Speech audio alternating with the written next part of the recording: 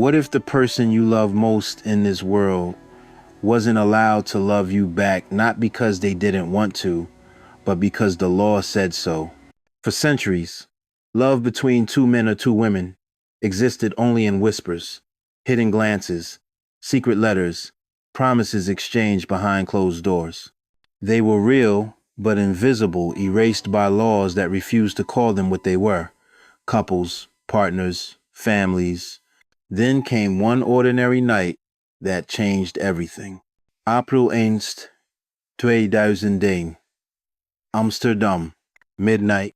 Four couples stood inside the city hall, hearts racing beneath their suits and dresses.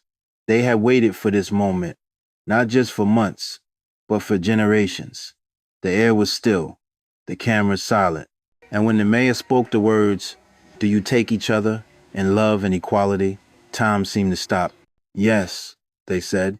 Four simple voices, trembling but steady. In that single moment, history shifted. The world had witnessed many weddings before, but none that redefined what marriage itself could mean. This is the story of that night. The night love stepped into the light, and the world finally said, "Yes, you can." Before that midnight in 2001, the Netherlands had always been a land of quiet revolutions. From the painters who challenged beauty to the thinkers who questioned faith and freedom, it was a country that believed in asking, "Why not?" instead of just accepting because it's always been that way. But when it came to love, even the most open-minded society had its limits. For two people of the same gender, love existed only in the margins, real but unrecognized.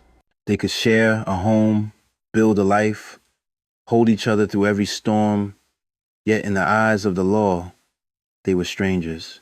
By the late 1990 seconds, something began to shift. A generation of lawyers, activists, and ordinary citizens started to speak out. In cafes, in churches, in parliament halls, they asked one simple question: if love creates family, why should gender define it? Television debates filled living rooms. Parents argued. Politicians hesitated. Even among friends, the topic was fragile, a mirror reflecting each person's beliefs about tradition, morality, and fear. And still, quietly, courage grew. Couples who had hidden for decades stepped forward saying, "We are not asking for special rights. We are asking for the same ones." The conversation spread from small towns to the capital until the government could no longer look away. Change, once a distant dream, began to take shape in the form of a bill, one that would allow two men or two women to stand before the law and say, "I do." No one knew how the world would react, but in the Netherlands, the tide had already turned. The question was no longer if, it was when. It began with a signature not of love but of law. In 1998, after years of petitions and late-night debates, the Dutch Parliament voted to begin drafting a bill that could change the definition of marriage itself. The idea was simple, yet radical. Two people, regardless of gender, should be allowed to marry. For some, it was an act of justice. For others, it felt like an earthquake shaking the foundation of tradition. The news spread quickly. Newspapers called it the beginning of the impossible. Churches questioned it, and in small apartments across the country, couples held each other a little tighter, whispering, "Could this really happen in our lifetime?" Among them were four couples, ordinary people, who had lived together for years, quietly, faithfully, without legal recognition. They became the faces of a movement they never planned to lead. When the city of Amsterdam volunteered to host the first ceremony if the law passed, these four couples agreed to stand in that historic light. Their names would later be remembered, but at that moment, they were simply people in love, waiting for a country to catch up with their hearts. Every step forward brought new resistance. Some politicians warned it was too soon. Others said marriage must remain sacred. But the voices for equality grew louder, steadier, unstoppable. And then, after decades of silence, the world's first same-sex marriage bill was approved. The date was set, the place was chosen. History was about to walk down the aisle. As the date drew closer, the tension in the air became impossible to ignore. For the first time in history, a government had said yes, but the world had not yet agreed. Television hosts debated every night. Some called it progress, others called it madness. Old traditions were suddenly on trial, and the meaning of marriage, something so personal, became a public argument. Newspapers printed opinions side by side, their headlines full of questions, their letters to the editor full of fear and hope in equal measure. On the streets of Amsterdam, you could feel the divide. Some shops placed rainbow flags in their windows. Others refused to serve same-sex couples. Families argued over dinner tables. Churches whispered prayers of confusion. It was as if an entire country was holding its breath between the past and the future. Meanwhile, the four couples tried to live quietly. They walked to work, bought flowers, fed their pets, doing ordinary things under the extraordinary weight of attention. Cameras followed them wherever they went, reporters waiting for quotes, strangers asking how it felt to make history. One groom, exhausted, said softly, "I don't want to make history. I just want to get married." His words spread through newspapers the next day. Honest, simple, impossible to ignore. Despite the noise, there was something unshakable beneath it all. Calm determination. The couples didn't fight back with speeches or protests. They simply kept waiting, believing that love, if patient enough, could outlast fear. And as April approached, the city of Amsterdam prepared for a wedding the whole world would be watching. Beyond the borders of the Netherlands, the world watched and reacted. Some countries celebrated this new courage, calling it a symbol of human progress. Others condemned it, saying it would destroy tradition.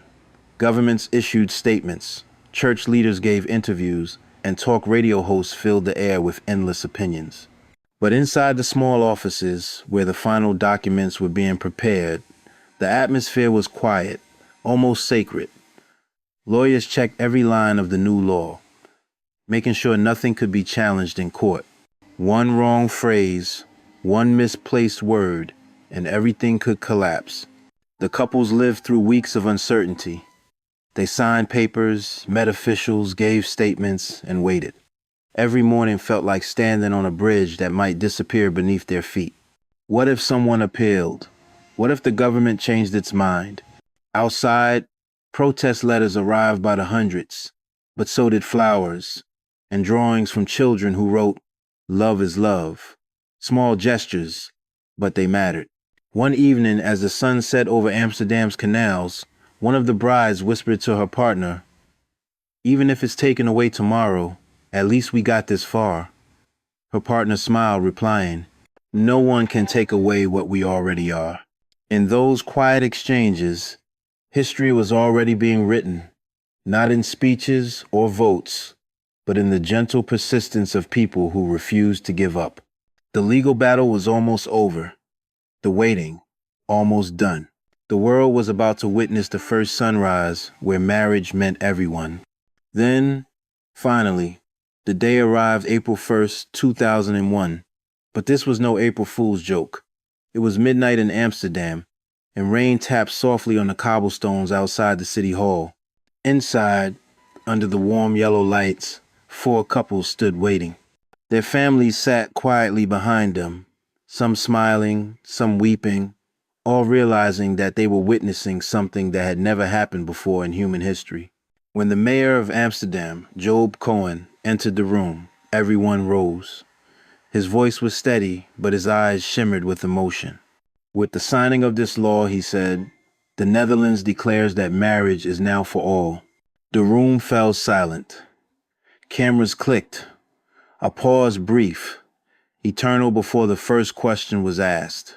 "Do you take each other in love and equality to be your lawful spouse?"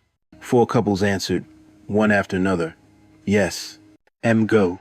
It was a small word, but it echoed far beyond those walls. At that moment, centuries of silence were broken. Love had stepped from the shadows into the light of law. Outside, reporters stood in the rain, typing furiously, Their headlines already forming, "The world's first same-sex marriages become reality." And yet, inside that hall, it didn't feel like politics or revolution. It felt like peace, as if love, after being denied for so long, had finally exhaled. History didn't shout that night. It whispered softly, steadily, through the word yes.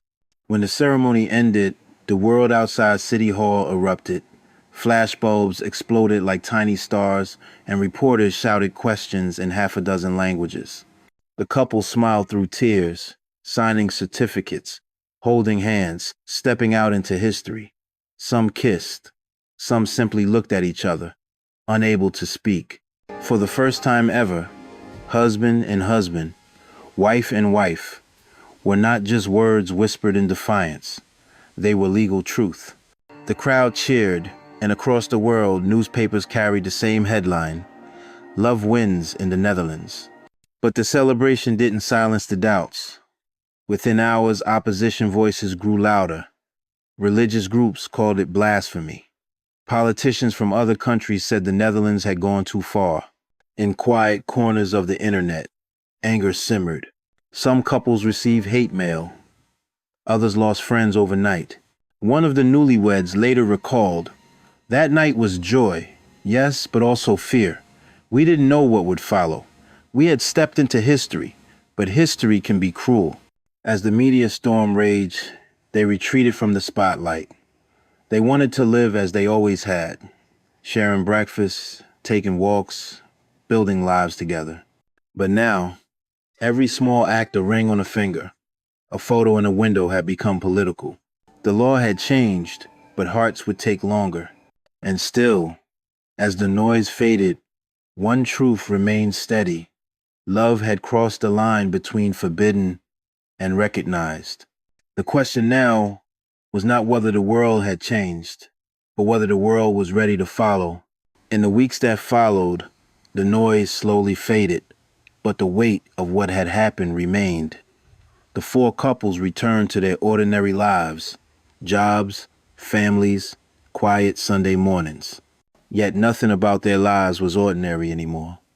Every photograph of them together, every interview request, every public outing became a question of courage. They could have disappeared. No one would have blamed them. They had already done enough. But instead, one by one, they chose to stay visible, to live openly, gently, without apology. Not as activists, not as symbols, but simply as themselves. One of the grooms, standing beside his husband during a small community event, said softly, "We don't want to be famous. We just want someone, somewhere, to see us and think, maybe I can have that too." That decision to live truthfully, to be seen, became their quiet act of defiance. It was no longer about fighting for rights, but about showing what those rights meant in everyday life. Holding hands on a park bench, introducing each other as "my husband," celebrating anniversaries like any other couple. And as photographs of their smiles began to circle the world, something shifted. People who had once doubted began to soften. Parents began to listen. Young people, hidden and scared, saw proof that love like theirs could have a future. That was the real revolution, not written in law, but lived in hearts. The decision had been made to keep loving, publicly, peacefully, and without fear. Months passed, and what began as one midnight ceremony in a quiet European city became a spark seen around the world. The photographs of those four couples smiling beneath the soft Amsterdam lights traveled farther than anyone imagined. Newspapers reprinted them, television anchors spoke their names, and suddenly, people everywhere began to ask the same question: if they can, why can't we? In Canada, lawmakers began discussions. In Spain, activists marched with tulips in their hands, a tribute to the Dutch. In South Africa, Argentina, and even in small towns far away, people whispered hope into the air for the first time. Back in Amsterdam, the couples lived quietly, but letters arrived from strangers across the globe. Some were handwritten, some typed, all filled with gratitude. One read, "You don't know me, but because of you, I believe my love might have a future." It was in those moments, reading those words, knowing that love had crossed oceans and borders, that they understood the true magnitude of what had begun that night. It was never just a wedding, it was a door opening, a door through which millions would someday walk holding hands, smiling, unafraid. That was the climax the world didn't see on television, not the ceremony itself, but the quiet revolution that began in people's hearts. Years went by, the headlines faded, but the echoes of that night never disappeared. The couples grew older, quietly, gracefully, their wedding photos now framed in living rooms filled with laughter, the ordinary mess of everyday life. What had once been revolutionary became routine, and that was the real victory. One morning, one of the brides, now a mother, watched her son leave for school. He ran out the door, shouting goodbye to both his moms without hesitation. To him, love had never been something to hide or explain. It simply was. That, she thought, was the gift of that midnight, so long ago. Across the world, the ripple continued.